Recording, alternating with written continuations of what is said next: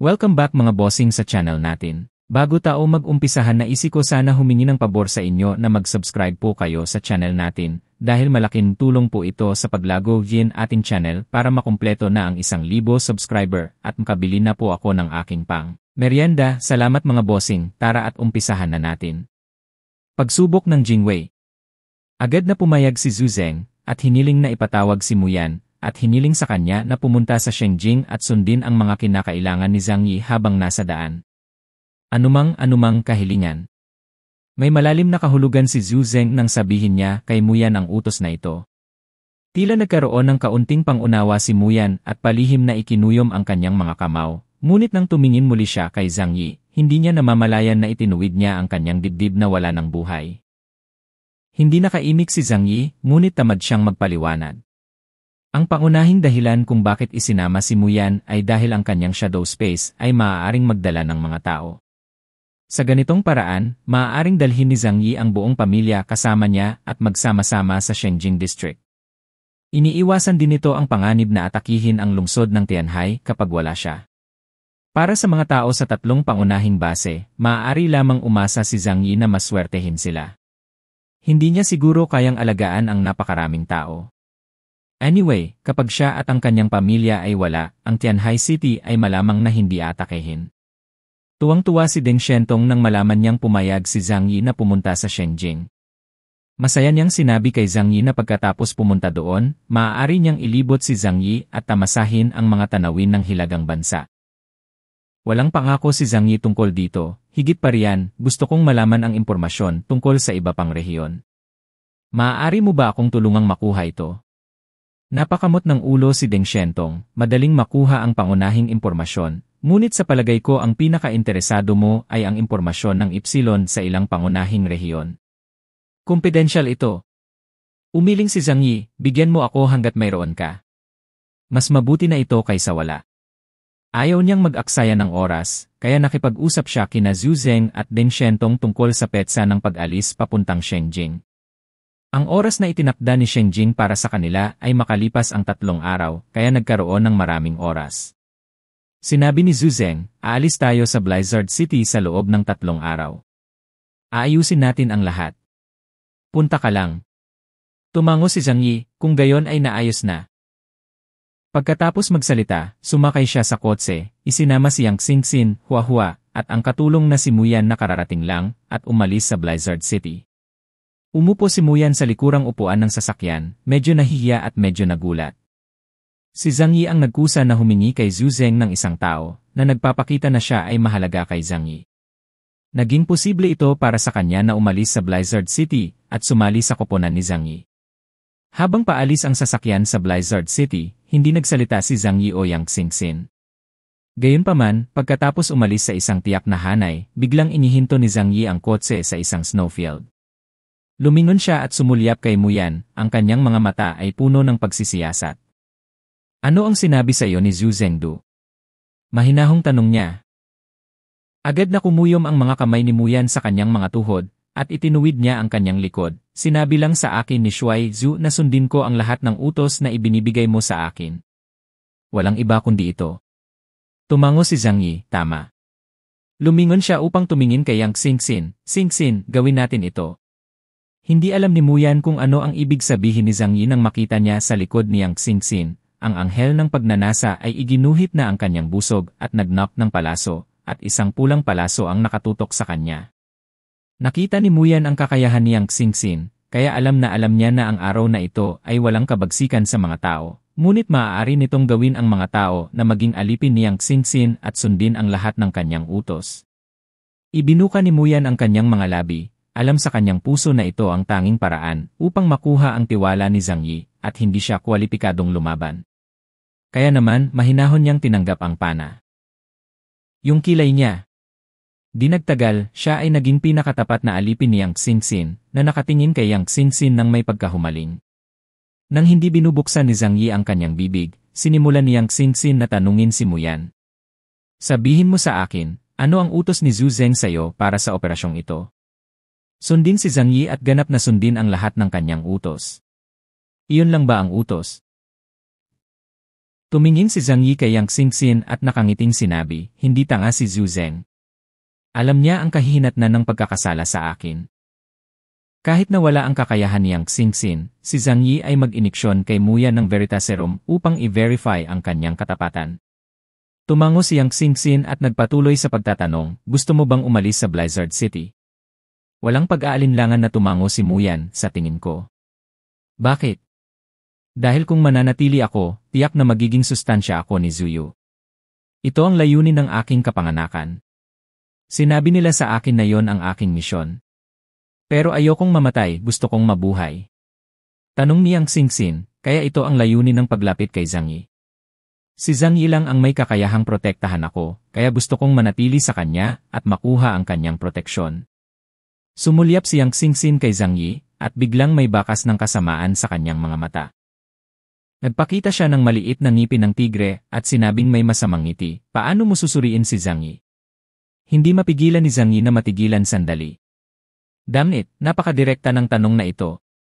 Tinitigan niya si Muyan, gustong makita kung ano ang iisipin ng babaeng ito sa kanya. Sa ganitong paraan, makikita natin ang kanyang saloobin kay Zhang Yi at kung siya ay may halaga sa koponan. Sumulyap si Muyan kay Zhang Yi at mahinahong sinabi, matalino, labis na maingat, at makapangyarihan. Sa katapusan ng mundo, siya ay isang taong dapat umasa. Medyo nadala si Zhang Yi. Kung hindi siya naniniwala sa kakayahan ni Yang Xingxin, mararamdaman pa niya na sadyang sinusuyo siya ni Muyan.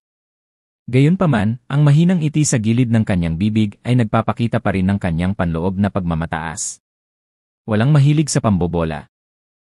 Ngumiti ng masama si Yang Xingxin at sinabing, iyon lang ba? Walang negatibong komento.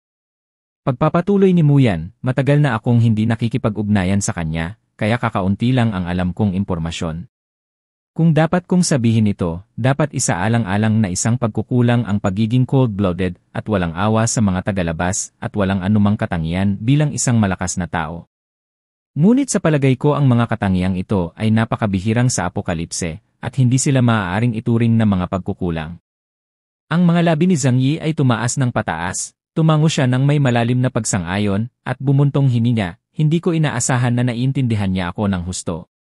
Si Yang Xingxin ay orihinal na gustong asarin si Zhang Yi, ngunit hindi niya inaasahan na ang imahe ni Zhang Yi ay napakaliwanag sa mga mata ni Muyan. Ngunit ito ay hindi nakakagulat. Si Zhang Yi ay isang malakas na tao, ang numero 1 master sa rehiyon ng Jiangnan. Kapag tiniti, magkakaroon sila ng isang malakas na filter. Kung gumugol siya ng oras kay Zhang Yi, matutuklasan niya na si Zhang Yi ay humihilik sa kanyang pagtulog, nakikipaglaro kay Fatih Xu dahil hindi niya kayang matalo, at hindi kailanman nag-ayos ng kanyang kwarto, bukod sa marami pang problema. Tumingin si Zhang Yi kay Yang Xingxin, sa tingin ko ang babaeng ito ay may malaking potensyal, at maaari nating isaalang-alang na payagan siyang sumali sa shelter. Tumingin si Yang Xingxin kay Zhang Yi na may kakaibang hitsura sa kanyang mukha. Kuya, anong uri ng potensyal ang sinasabi mo? Bagamat medyo flat figure si Muyan, maging ito man ay ang kanyang makatarungang kutis, maselang mukha, o ang kanyang kaakit-akit na pilak na buhok pagkatapos ng mutation, o ang misteryosong pakiramdam na dala ng itim na piring sa kanyang mga mata, madaling bigyan ng sapat na alindog ang mga lalaki. Mahinahong sinabi ni Zhang Yi, sa lahat ng aspeto. Xingxin, huwag masyadong mag-isip, gentleman ako. Anino space. Inikot ni Yang Xingxin ang kanyang mga labi, nakaramdam ng kaunting hinanakit sa pahayag ni Zhang Yi. Bumulong siya, minsan, hindi mo kailangang maging masyadong patayo. Hindi nagtagal ay itinaas niya ang kanyang ulo, tinitigan si Muyan, at tinanong ang huling tanong. Kung hihilingin kang sumali sa team namin, magiging loyal ka ba kay Zhang Yi at sa team?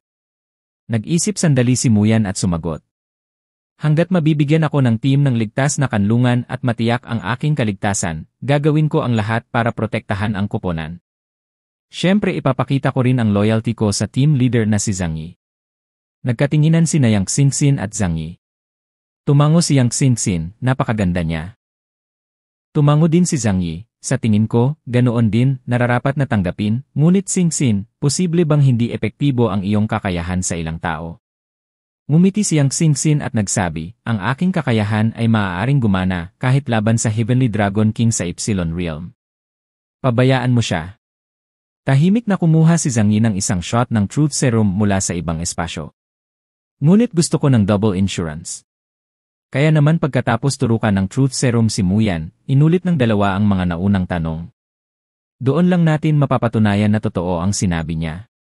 Sa katunayan, bago ito, si Zhang Yi ay naniniwala sa 70% hanggang 80% ng Muyan. Ang dahilan ay simple, siya ay sapat na malakas, at ito ay isang mas mahusay na pagpipilian upang sundin siya kaysa sa sundin Zhu Zeng at maghintay na gamitin bilang pagpapakain sa hinaharap. Gayunpaman, sa pagiging maingat sa lahat ng oras, pinili pa rin niyang bumili ng ilang higit pang mga layer ng insurance. Ngayon lang talaga siya naniwala kay Muyan. Gayunpaman, kailangan ng mas malalim na pagsisiyasat sa kanya para magpasya kung kukunin siya kay Zhu Zeng. Mabilis na bumalik si Zhang Yi sa shelter sa Tianhai City. Agad niyang pinatawag ang buong pamilya sa sala. Nang makita ng lahat ang labanan, alam nilang may nangyari.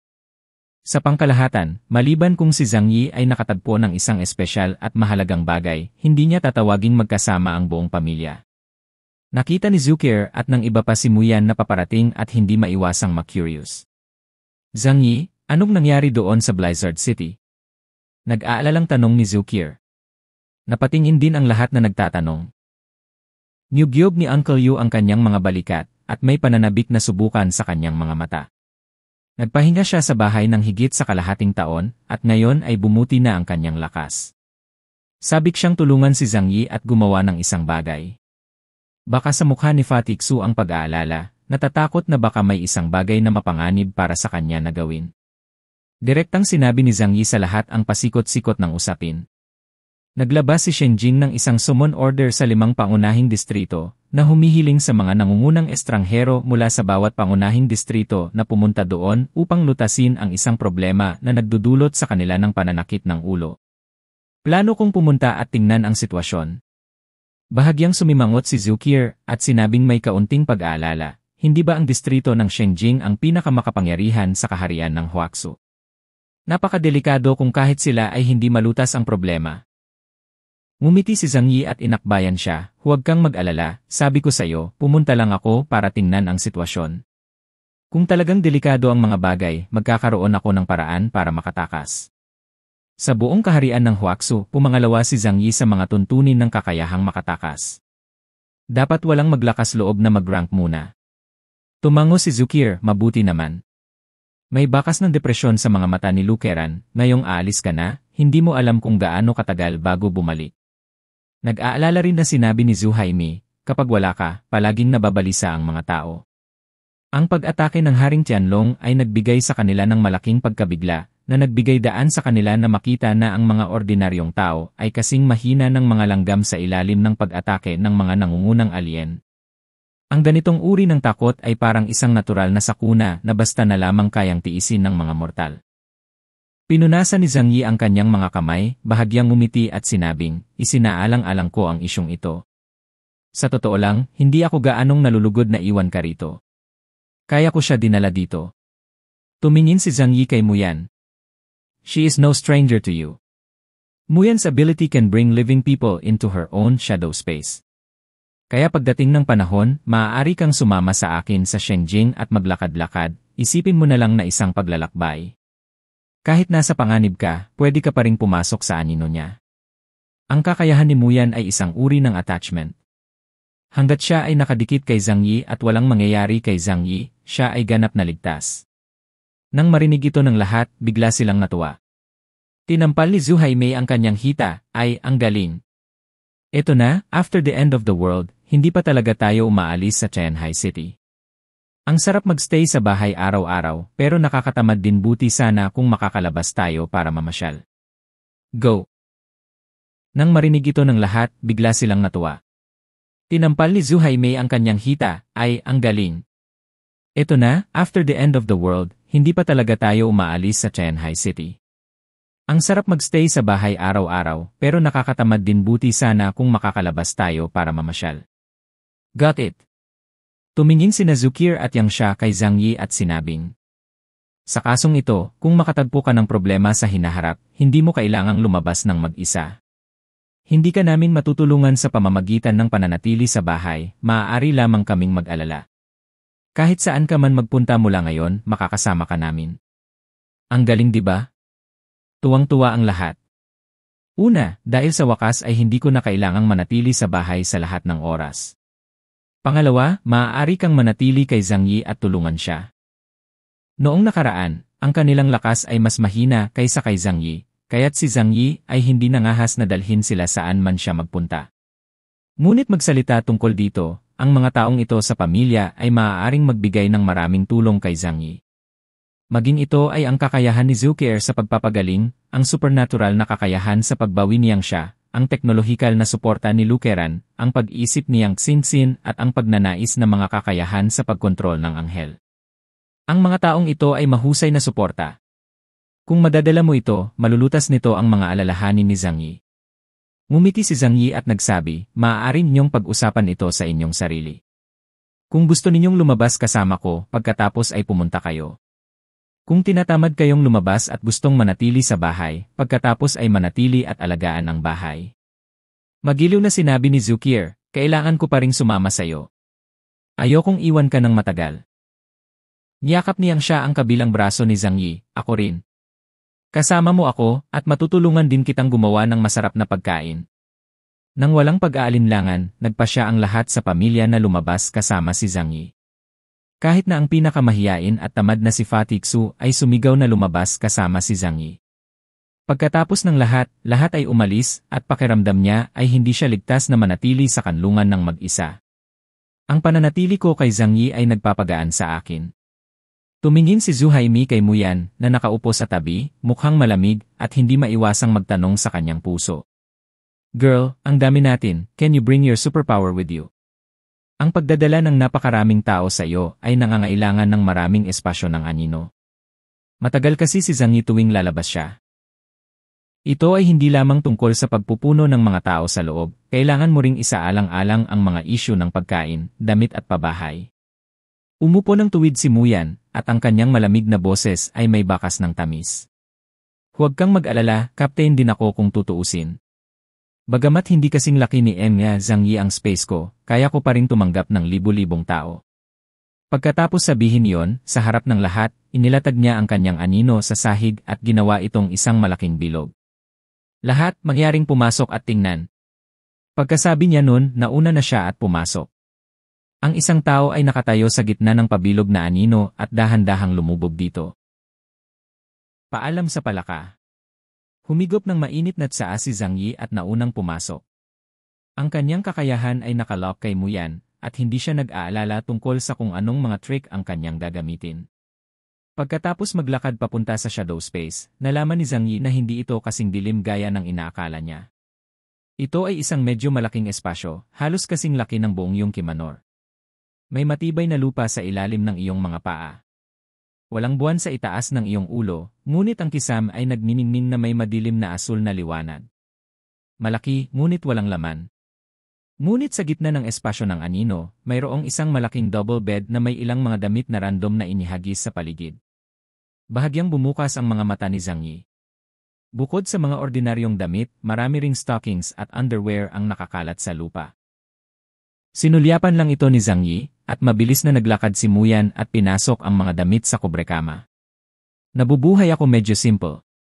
Sadyang sabi ni Muyan sa malamig na tono. Naglakad din ang lahat sa oras na ito, at lahat sila ay bumuntong hininga sa laki ng espasyo ng anino. Tama si Muyan, hindi ito mukhang masikip na tumanggap ng libu-libong tao. Bilang mas mababang antas ng kakayahan ni Zhang Yi, ang shadow space ni Muyan ay halos walang kakayahan sa pakikipaglaban. Sa mahigpit na pagsasalita, ito ay ginagamit upang magkaroon, magtago, at mag-imbak ng mga supply. Medyo simple lang, pero hindi naman malaking problema. Mahinang sabi ni Zhang Yi. Makakahanap tayo ng mga paraan upang magdagdag ng ilang pabahay at muebles dito. Walang kakulangan ng mga supply sa kanlungan, kaya madali itong malutas. Sinabi ni Lukeran, akong lulutasin ang problema sa pabahay. Bagamat hindi tayo makapagtayo ng maraming malalaking villa, maaari tayong magtayo ng mga simpleng bahay sa ilang minuto. Tumango si Zukier at nakangiting sinabi, napakaganda na ng mga kondisyon dito. Ang lahat ay nanatili sa anino ng ilang sandali at pagkatapos ay lumabas. Kung tutuusin, masyadong walang laman dito at walang kawili-wiling makita. Pagkalabas ng lahat, nagsimula silang mag-impake ng kanilang mga gamit at dinala sa loob ang lahat ng pagkain at pang-araw-araw na pangangailangan. Ang pabahay at muebles ay naiwan kina Lukeran at Zhang Yi. Ginamit ni Lukeran ang kanyang kakayahan upang mabilis na magtayo ng isang batch ng mga simpleng bahay. Bagaman sila ay mga simpleng bahay, mayroon silang lahat ng kinakailangang pasilidad at Tungkol naman sa muebles, unang sinalakay ni Zhang Yi ang halos lahat ng malalaking shopping mall sa Tianhai City, kabilang ang maraming mamahaling kasangkapan. Kumuha lamang ng kaunti at ito ay sapat na. Sina Fatih Su at Uncle Yu ang responsable sa transportasyon. Pagkatapos ng pagsasanay ni Uncle Yu, bagaman hindi gaanong pumayat si Fatih Su, ang kanyang lakas at tibay ay bumuti ng husto. Bagamat patuloy siyang nagmumukmok at nagrereklamo na siya ay pagod, halatang mas madali ang paglipat ng mga kasangkapan kaysa dati. Ang iba ay masayang naghahanda ng mga panustos para sa paglalakbay, malinaw na itinuturing ang paglalakbay na ito sa Shengjing bilang isang paglalakbay. Tumingin si Zhang Yi sa sulok ng sala. Ang malaking chinchilla ay nakaupo sa hindi kalayuan mula sa fireplace, tinutugtog ang kanyang minamahal na bone flute. Ngayon, wala pa ring alam si Zhang Yi tungkol sa pinagmulan ng higanteng chinchilla. Ito ay karaniwang hindi nakakapinsala sa mga tao at hayop at naging paboritong alagang hayop para sa lahat sa pamilya. Bagamat may makapangyarihan siyang kakayahan, hindi siya magaling makipaglaban. Ngayong pupunta na ang lahat sa Shengjing, pinag-iisipan ni Zhang Yi kung dadalhin ito sa kanya. Kung tutuusin, sikreto ni Zhang Yi ang pagkakaroon ng Totoro at ayaw niyang malaman ng iba ang balita. Pagkatapos mag-isip tungkol dito, nagpasya si Zhang Yi na dalhin ito sa kanya. Kung tutuusin, hindi magandang iwanan ito ng mag-isa. Pero bago umalis, nagpasya siyang kumustahin ng iba. Mabilis na ipinaalam ni Zhang Yi ang tatlong pangunahing base na hinihiling sa kanila na maging mas mapagbantay sa panahong ito. Kung may mangyari sa Tianhai City, dapat nilang ipaalam sa kanya sa lalong madaling panahon. Pagkatapos, lumabas siya ng shelter at pumunta sa Lujiang River sa harap ng Yongqing Manor. Dumating si Zhang Yi sa tabing ilog. Ang makapal na yelo ay kasing tigas ng metal, ngunit ilang dosenang metro ang layo mula sa dalampasigan, may isang piraso ng yelo na napakaliwanag ng kulay. Lumapit si Zhang Yi at tinapik ang yelo.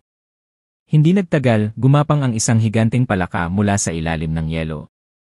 Binuksan ni Zhang Yi ang isang tiyak na distansya, at ang palaka ay pumitik ng malakas, at ang putik sa kanyang katawan ay nahulog. Kwak! Zhang Yi, bakit ka nandito? Gusto mo bang kumain ng isda? Sabihin ko sa'yo, napakaraming malalaking isda sa ilog na ito. Hindi ko maubos lahat. Ngumiti si Zhang Yi at umiling. Hindi, salamat sa kabaitan mo. Palaka, saglit lang tayong mawawala. Natigilan sandali ang palaka nang marinig niya ito, ha? Saan ka pupunta? Mawawala ka ba ng matagal? Baka sa mga mata niya ang pag-aatubili. Sa nakalipas na 6 na buwan, nagkaroon siya ng malalim na damdamin kay Zhang Yi at sa iba pa, lalo na kay Datotoro. Ang dalawang lalaking ito, na hindi nagkakaintindihan ng lengguwahe ng isa't isa, ay naging pinakamahusay na mga pinagkakatiwalaan sa pamamagitan ng musika.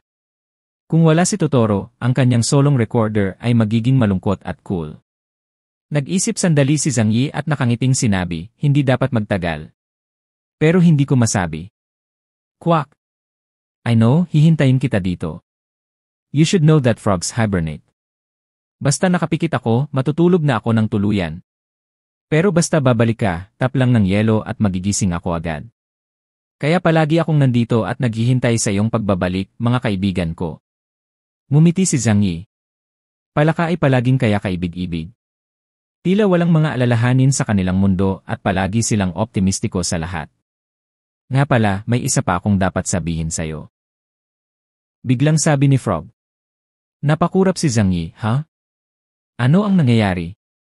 Binuksan ng palaka ang kanyang mga braso, inihayag ang kanyang bilog na tiyan. Iyan ang magagawa ng musika para buksan ang puso ng mga tao, at maririnig mo ang mga bagay na hindi maipahayag ng pananalita. Nag-cross arms si Zhang Yi, dapat mong malaman na wala akong masyadong alam sa musika, nakikinig lang ako. Para sa akin, basta maganda ang pakinggan, magandang musika. Umiling ang palaka, hindi, ayaw kong pag-usapan ito sa'yo. Gusto kong sabihin na sa pamamagitan ng ritmo, nararamdaman ko ang puso ng malaking pusa. Napahawak siya sa kanyang dibdib, pinikit ang kanyang mga mata at sinabing, I can feel the loneliness in its heart and its confusion about the world. Nagtaas ng kilay si Zhang Yi. Ang palaka na ito ay malamang na isang sakit ng kabataan, at si Zhang Yi ay masyadong tamad na maging mapagpanggap tungkol dito. Tama ka. Ayan, see you later. Tumalon ang palaka, kwa. Paggising ko, magkikita pa tayo. Iniunat ni Zhang Yi ang kanyang kamay para magpaalam sa palaka. Sa susunod na 3 araw, ang buong pamilya ay labis na nasasabik sa isang pambihirang paglalakbay, kaya't pinalamutyan nila ang kanilang tirahan sa hinaharap, ang Muyan's Shadow Space, sa isang napakagandang paraan. Si Zhang Yi mismo ay nabigla nang makita niya ito. Dahil ito ay tulad ng isang malaki at napakarilag na manor. Napakaraming mahuhusay na tao sa bahay, at pinalamutyan ito ng mga ilaw at dekorasyon. Masasabing lahat ay available sa bahay. Ang artificial turf ay inilatad pa upang lumikha ng isang malaking bakuran. Ipinakilala rin nila ang daloy ng tubig upang lumikha ng isang artipisyal na lawa, at kahit na itinapon dito ang ilang maliliit na isda sa mababaw na dagat na may labis na interes. Natigilan din si Zhang Yi nang makita niya ito, at naisip niya, ang galing niyo talagang maglaro. Itinatampok din ito ang isang problema mula sa gilid. Masyadong matagal na itong hawak ng lahat. Bagamat ligtas sa bahay, ang mga tao ay laging gustong lumabas at makakita ng mga hayop sa malayong tanawin. Uwak. Pagkaraan ng 3 araw, sa umaga, pinangunahan ni Zhang Yi ang lahat sa Blizzard City. Nakahanda na sina Zhu Zeng, Deng Xiantong at iba pa, naghihintay lamang sa pagdating ni Zhang Yi. Paano makarating doon? Mayroon bang underground tunnel mula sa Jiangnan District hanggang Shengjing District? Tanong ni Zhang Yi. Ngumiti si Zhu Zeng at sinabing, mabagal talaga ang isang iyon. Mayroon kaming mas mahusay na paraan ng transportasyon. Sa sinabi nito, dinala niya si Zhang Yi at ang iba pa sa paliparan sa Blizzard City. Isa itong malaking bodega ng sasakyang panghimpapawid. Pagkapasok, isang kakaibang makina ang lumitaw sa harap ni Zhang Yi at ng iba pa. Ang eroplano ay mukhang kakaiba dahil wala itong mga pakpak. Isang malaking cabin lamang na may mga jet engine na nakasabit sa ilalim ng fuselage. Sa di kalayuan, parang isang higanteng gray-white cigar. Ito na ang sasakyan na ginagamit mo this time. Ngumiti si Zhu Zeng at sinabi kay Zhang Yi at sa iba pa. Nang makita ni Lukeran ang kakaibang hitsura ng makinang ito, biglang lumiwanag ang kanyang mga mata, at tinitigan niyang mabuti ang eroplano. Bumulong si Fatiksu, nakalimutan mo bang i-install ang mga pakpak sa eroplano? Galit na inilibot ni Uncle Yu ang mga mata sa kanya, ano ang alam mo? Isa itong sasakyang panghimpapawid ng militar. Gumagamit ito ng pinaka-advanced na teknolohiya sa kaharian ng Huaxu. Karaniwang tinatanggal ang mga pakpak at isinusuot lamang kapag ginagamit. Ipinaliwanag ni Deng Xiantong kay Zhang Yi, ito ang pinakabagong jet aircraft na ginawa sa Fremont sa Hilaga. Palagi silang nangunguna sa mundo sa industriya ng militar, at ang kanilang mga armas ang pinakamahusay sa mundo sa mga tuntunin ng malamig na pagtutol. Pagkatapos ng katapusan ng mundo, maraming malalaking kagamitang militar ang aalisin dahil hindi sila makakaangkop sa mga ultra-low temperature na kapaligiran. Tulad ng Fo-37 na ito ay isang sasakyang panghimpapawid na maaaring lumipad sa mataas na bilis sa mga ultra-low temperature na kapaligiran. Kasama ni Deng Xiantong ang ilang miyembro ng Celestial Team. Hindi siya gumawa ng maraming fanfare sa paglalakbay na ito at mukhang napakababa. Galit na inilibot ni Uncle Yu ang mga mata sa kanya, ano ang alam mo? Isa itong sasakyang panghimpapawid ng militar. Gumagamit ito ng pinaka-advanced na teknolohiya sa kaharian ng Huaxu. Karaniwang tinatanggal ang mga pakpak at isinusuot lamang kapag ginagamit. Ipinaliwanag ni Deng Xiantong kay Zhang Yi, ito ang pinakabagong jet aircraft na ginawa sa Fremont sa Hilaga. Palagi silang nangunguna sa mundo sa industriya ng militar, at ang kanilang mga armas ang pinakamahusay sa mundo sa mga tuntunin ng malamig na pagtutol. Pagkatapos ng katapusan ng mundo, maraming malalaking kagamitang militar ang aalisin dahil hindi sila makakaangkop sa mga ultra-low temperature na kapaligiran. Tulad ng Fo-37 na ito ay isang sasakyang panghimpapawid na maaaring lumipad sa mataas na bilis sa mga ultra-low temperature na kapaligiran. Kasama ni Deng Xiantong ang ilang miyembro ng Celestial Team. Hindi siya gumawa ng maraming fanfare sa paglalakbay na ito at mukhang napakababa. Marahil dahil alam niya ang kanyang katayuan, Higit sa lahat ay sinamahan niya si Zhang Yi doon.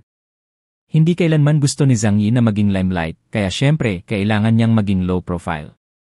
Pagkatapos magpaalam ni Zhang Yi at ng iba pa kay Zhu Zeng, sumakay na sila sa eroplano. Hanggang sa lumipad ang eroplano, si Fatih Xu at ang iba pa ay nagpanik pa rin sa takot na ang eroplanong walang pakpak ay mahulog. Gayunpaman, ang kanilang mga alalahanin ay syempre hindi kailangan. Mabilis na lumipad ang Fu-37 at pagkatapos ay lumipad patungo sa Northland ng napakabilis. Nakatagilid na tumingin si Fatih Xu kay Uncle Yu na may mapaglarong hitsura sa kanyang mukha. Uncle Yu, hindi mo ba sinabi na ang mga pakpak ay nakamount sa likod? Namula si Uncle Yu, mabilis na nagbabago ang teknolohiya at hindi ko naintindihan ang lahat. Gusto ko noon magpanggap na nasa harap ni Fatih Xu, ngunit sa hindi inaasahang pagkakataon ay nasampal ako sa mukha. Napatingin si Uncle Yu kay Fatih Xu at biglang ngumiti, hehe. Agad na naintindihan ni Fatih Xu at sinabi niya na may mapait na tingin sa kanyang mukha. Uncle Yu, nagkamali ako. Magbabakasyon tayo. Hindi mo na dapat ako sanayin pa. Tumingin si Zhang Yi sa bintana. Sa oras na ito, nabuo ang hamog na nagyelo sa paligid ng makapal na salamin sa bintana. Kahit na ang pinaka-advanced na cold-proof na materyales ay hindi maaaring ganap na hindi maapektuhan sa matataas na lugar. Ang mga ulap na nasa langit ay may malamig na puting kulay, ang maitim na ulap ay makapal, at sunod-sunod na bumabagsak ang nyebe, na para bang hindi na magwawakas ang katapusan ng mundo. Matapos ang katapusan ng mundo, pumunta si Zhang Yi sa Hilaga sa unang pagkakataon. Nakapunta na siya sa Shengjing para lang magbakasyon noon at minsan. Bahagyang ngumiti si Zhang Yi, iniisip ang oras na yon, hindi niya maiwasang makaramdam ng kakaiba sa kanyang puso. Dahil magkasama sila ni Fang Yuqing sa Shengjing noong panahong iyon. Napaka-inosente pa niya noon. Minsan talaga siyang nagkagusto sa isang tao at naghahangad ng magandang kinabukasan. Ngunit ngayon, 1.5 taon na ang lumipas mula nang matapos ang mundo, at namatay din si Fang Yuqing sa malamig at malupit na araw na yon. Ang lahat ay parang isang siglo na ang lumipas at lahat ay nagbago. Sumandal si Zhang Yi sa komportableng sofa at bahagyang pumikit. Hindi alam ang lahat kapag pumunta sila sa Shengjing, at kailangan lang nilang makita kung ano ang naghihintay sa kanila. Lumapit si Zukir sa tabi niya at malumanay na nagtanong, Zhang Yi, hindi ka ba komportable?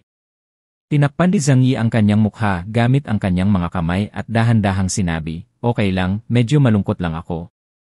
Ngayon lang niya naalala. Hindi siya kailanman nagustuhan ni Fang Yuqing. Nang makita ito, marahang yakap ni Zukir si Zhang Yi, inilagay ang ulo nito sa harapan niya at binalot siya ng mainit nitong dibdib. Mabilis na lumipad ang eroplano sa ilalim ng mga ulap, patungo sa malaking lungsod sa Hilaga. Hilagang Hangganan, Shengjing. Bilang kabisera ng kaharian ng Huaxu, ang malaking lungsod na ito ay parang isang nakayukong dragon na nakahiga sa hilagang lupain. Ang mga Snow White Icefield na ngayon ang pangunahing kulay ng malawak na lupain, ngunit ang malaking Shengjing ay nagdadala ng malalim na dilaw sa lupain. Ang pangunahing kulay ng Shengjing ay maliwanag na dilaw na kumakatawan sa maharlikang kapangyarihan at dignidad sa mga kamakailang dinastya. Sa makatuwid, sa Shengjing, makikita mo ang matataas na gusali sa sinaunang estilo at kumpletong mga kompleks ng palasyo sa lahat ng dako. May lungsod sa loob ng Shengjing City at mayroon ding Minhuang City sa loob ng panlabas na lungsod. Kung ikukumpara sa ibang mga rehiyon, ang Shengjing ang may pinakamaraming mapagkukunan at kapangyarihang militar. Ito rin ang may pinakamalaking populasyon na sinusuportahan. Ito ay maaaring naugnay sa katotohanan na sila ang unang nakahanap ng Yuan Mine na matatagpuan sa ilalim ng Qinling Mountains pagkatapos ng katapusan ng mundo. Ang masaganang enerhiya ay nagpapahintulot sa kanila na pakainin ang isang malaking populasyon, kabilang ang ilang mga sibilyan sa labas ng lungsod ng Minhuang. Ang Shengjing na yon ay napakasigla. Ang lungsod ng Minhuang ay mahigpit na binabantayan sa lahat ng dako. Ang mga Longming Guard ay armado ng mga lev na bala at makikita sa bawat sulok. Sapagkat ngayon ang araw kung kailan tinitipon ng distrito ng Shengjing ang 6 na pangunahing puwersa ng buong kaharian ng Huaxu upang talakayin ang mga usapin ng estado. Dapat nilang ipakita ang kanilang pinakamalakas na panig upang mapanatili ang kamahalan ng rehiyon ng Shengjing upang ang iba pang 5 rehiyon ay sumuko. Upang maipakita ang sapat na katapatan, ang taong responsable sa pagtanggap sa kanila ay isa ring makapangyarihang figura sa Shenjing, ang General ng Longming Guards, si Tigarbha, Xiang Dawen. Nakasuot siya ng puting espesyal na uniforme ng militar. Siya ay mga 40 taong gulang, ang edad kung kailan ang pisikal na lakas, karunungan, at emosyonal na katalinuhan ng isang tao ay nasa pinakaperpekto. Nagawa ni Xiang Dawen na maging pinuno ng Longmingwei, ang pinakamahalagang puwersa sa Shenjing, hindi lamang dahil mayroon siyang malakas na kapangyarihan, kundi dahil din sa pagiging maingat at nagpakita ng kanyang ugali. Kaninang umaga, dumating siya sa main entrance ng Minghuang City at nagsimulang mag-ayos para sa reception. Kinakailangang tiyakin na hindi nito binibigyan ng dominanteng pakiramdam ang 5 rehiyon, ngunit tinitiyak din nito ang kamahalan ng rehiyon ng Shenjing. Ang unang puwersang nakarating sa Shenjing ay nagmula sa Hilagang Silangan. Si Longmingwei, na nagbabantay sa lungsod, ay nasa duty nang bigla niyang napansin ang isang malaking itim na ulap na umuusbong mula sa abot tanaw, na kumakalat patungo sa Shenjing mula sa abot tanaw. Ang command center ng Longmingwei ay agad na gumamit ng mga satellite para magsagawa ng reconnaissance, at pagkatapos ay naging malinaw na ang madilim na ulap ay naging isang malaking grupo ng mga uwak. Sila ay isang grupo ng malalaking uwak na may pulang mga mata. Kadalasan, ang mga uwak lamang na kumain ng mga patay na katawan ang may ganoong mga mata. Ang kanilang mga katawan ay ilang beses ang laki ng mga ordinaryong uwak, tulad ng maliliit na goshawk. Ang itim na mga pakpak ay parang gawa sa bakal, na naglalabas ng malamig na liwanag. Libo-libong uwak ang umikot sa kalangitan, na nagsisisigaw ng mga nakakatakot. Kwak-kwak. Nang makita ito ni Xiang Dawen, bahagya siyang umiti, narito ang uwak mula sa Northeast Region. Sa ilalim ng pulutong ng mga uwak, isang pinalaking Harley Davidson na motorsiklo ang dumagundong patungo sa Shenjing. Nakaupo sa kotse ang isang matabang lalaki na maikli ang buhok at nakaitim na leather coat.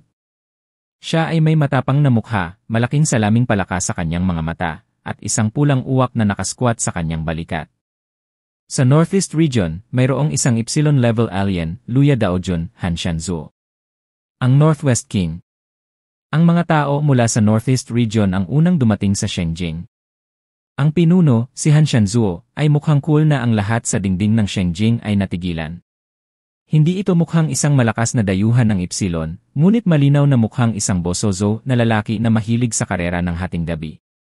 Dumagundong ang binagong Harley snowmobile patungo sa Shenjing City, na sinundan ng isang grupo ng mga konvoy mula sa Northeast Region. Isang ngiti ang lumitaw sa sulok ng bibig ni Xiang Dawen, at pinangunahan niya ang mga tao na batiin siya ng may ngiti. Gayunpaman, sa pagtingin sa napakaraming uwak, hindi napigilan ni Xiang Dawen ang pagkibot ng mga kalamnan sa kanyang mukha. Hindi ko alam kung ano ang gusto ni Han Shanzuo, ngunit hindi payag si Shenjing na lumipad ang napakaraming nagbabantang ibon. Nakakatakot. Ngunit nang dumating si Han Shanzuo sa gate ng Shenjing City, bumaba siya sa kanyang motorsiklo. Ang mga uwak sa langit ay nagpakpak ng kanilang mga pakpak, at naging mga bahid ng itim na usok sa hangin, at pagkatapos ay naglaho ng kakaiba. Dinala niya ang isang duguang uwak sa kanyang balikat, tinanggal ang malaking salaming palaka sa kanyang mga mata, at lumakad ng dahan-dahan at mayabang patungo sa Xiang Dawen. Hilagang Silangan na rehiyon, narito na si Master Lu Yadao. Tinaas ni Han Shanzuo ang kanyang kilay at sinabi kay Xiang Dawen. May ngiti sa mga mata ni Xiang Dawen, at magalang niyang inabot ang kanyang kamay upang gabayan ang daan, salamat sa pagpunta sa mga kinatawan ng Northeast Region. Mangyaring pumunta sa lungsod at magpahinga. Naghanda kami ng hapunan ngayong gabi. Kapag dumating ang mga kinatawan mula sa ibang mga rehiyon, si Qin Shui ay personal na narito ako upang aliwin kayong lahat at pag-usapan ang mga mahahalagang bagay. Tumango si Han Shanzuo, walang mali. Kumaway siya sa likod niya, mga kapatid, alis na tayo. Ang motorcade ng Northeast Region ay pumasa sa security check sa pangunahing pasukan at pumasok sa lungsod. May naghatid sa kanila sa rest area. Maya-maya pa ay dumating na ang pangalawang grupo ng mga tao. Sila ay mga tao mula sa rehiyon ng Donghai. Lumapag ang eroplano sa panloob na paliparan. Ang jet ay walang mga pakpak at maaari talagang mag-hover tulad ng isang helicopter, at pagkatapos ay dahan-dahang bumaba mula sa bukas na bubong ng paliparan. Lumapag ang eroplano sa panloob na paliparan. Ang jet ay walang mga pakpak at maaari talagang mag-hover tulad ng isang helicopter, at pagkatapos ay dahan-dahang bumaba mula sa bukas na bubong ng paliparan. Pinangunahan di siyang Daawen ang lahat dito. Bumukas ang pinto ng kabin, at ang unang lumabas ay isang babae na nakasuot ng light blue na uniforme ng panlaban, may mahabang buhok, at determinadong hitsura. Ang kinatawan na ipinadala ng rehiyon ng Donghai ay si Suzaku. Ang katawan ni Xuanwu ay hindi maaaring ihiwalay sa dagat, at imposibleng pumunta sa Shengjing upang lumahok sa misyon. Gayunpaman, upang ipahayag ang paggalang sa rehiyon ng Shengjing, si Suzaku, isang kinatawan na figura sa hukbo, ay ipinadala.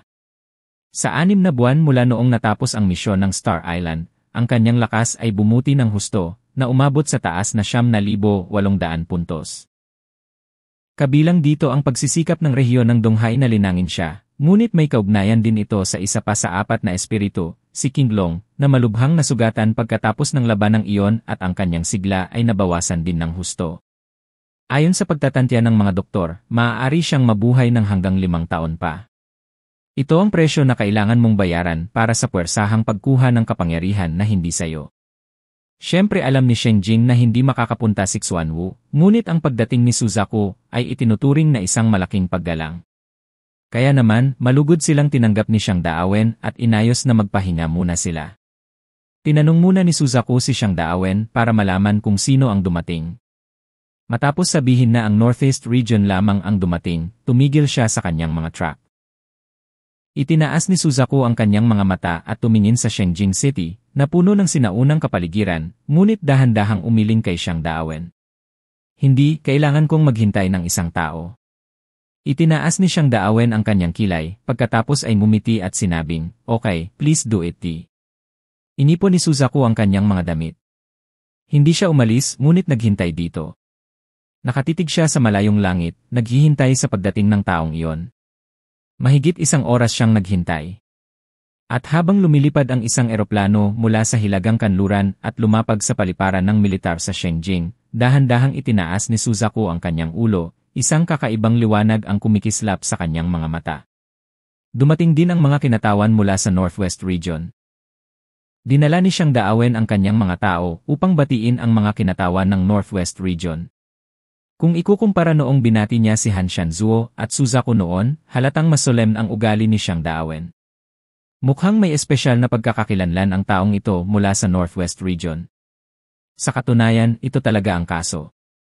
Sa 6 na pangunahing rehiyon ng Huaxu Kingdom, mayroong 5 pangunahing rehiyon, Shengjing, Jiangnan, Donghai, Northwest, at Southwest.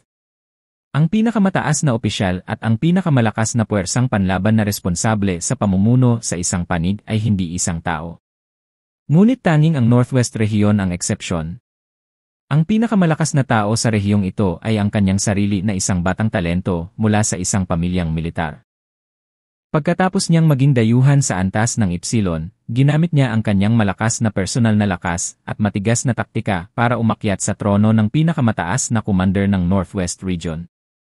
Sa makatuwid, sa buong kaharian ng Huaxu, ang posisyon ng punong commander ng Northwest Rehiyon ay ang pinakamatatag at pinakamatatag sa rehiyon. Sa Northwest Rehiyon, halos lahat ng kapangyarihan ay nakakonsentra sa mga kamay ng isang puwersa, at iyon ay ang puwersang pag-aari ng pinakamataas na commander, Emperor Gochen, Li Qianggong. Dahan-dahang bumukas ang pinto ng kabin, at hindi napigilan ni Suzaku na lumakad, nakatingin sa pinto ng kabin na may matinding mga mata. Isang matangkad na figura ng militar ang lumitaw sa pintuan ng kabin. Ito ay isang lalaki na halos 35 taong gulang. Ang kanyang matangkad at tuwid na katawan ay medyo manipis, ngunit ang kanyang figura ay nakatayong patayo na parang sibat sa nanunuot na malamig na hangin. Nakasuot siya ng puting guwante sa kanyang mga kamay, at inilagay ang isang kamay sa 2 mahabang kutsilyo na nakasabit sa kanyang kaliwang bewang. Ang kanyang mukha ay parang ang pinakamahusay na craftsman na nagpapakinis nito sa bakal gamit ang isang ukit na kutsilyo na may hangin ng kalmado at dignidad. Habang siya ay tumingin sa paligid, mayroong isang nangingibabaw na hangin na tumitingin sa mga karaniwang tao. Siya ay may ganoong mga kwalifikasyon. Dahil sa pagtingin sa buong kaharian ng Huaxu, maaaring siya ang pinakamakapangyarihang tao. Ang hari ng hilagang kanluran, si Li Qianggong. Nang makita niya si Li Qianggong, natuwa ang mga mata ni Zuke. Ibinaba ni Li Qianggong ang kanyang ulo at nakita siya na may mahinang ngiti sa kanyang malamig na mukha. Humakbang si Xiang Daawen upang ipahayag ang kanyang pagbati at pasasalamat. Pagkatapos ng lahat, bilang hari ng Hilagang Kanluran, medyo nagulat si Xiang Daawen na si Li Qianggong ay maaaring pumunta rito ng personal. Bagamat ang rehiyon ng Shengjing ang pinakamalakas sa kaharian ng Huaxu, hindi lahat ng rehiyon ay magbibigay ng mukha sa mga patawag na inilabas sa pagkakataong ito.